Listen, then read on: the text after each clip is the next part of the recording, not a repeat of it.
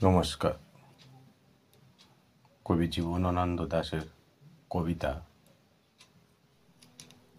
বনলতা সেন।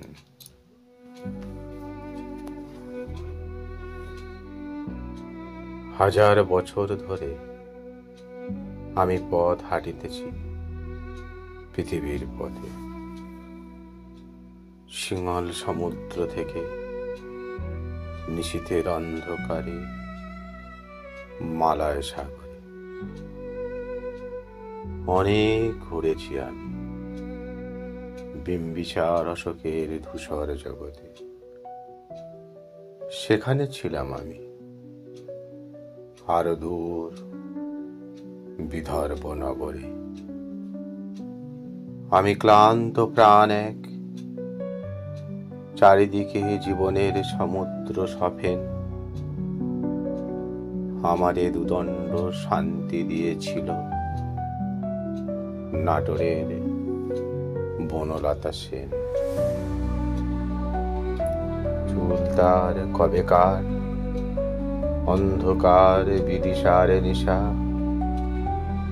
মুক্তার শ্রাবস্তির কারুকার্য, অতি দূর সমুদ্রের পর।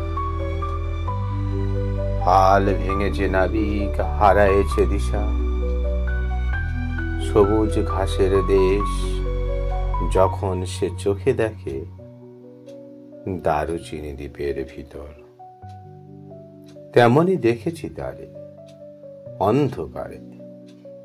বলেছে সে, এতদিন কোথায় ছিলেন?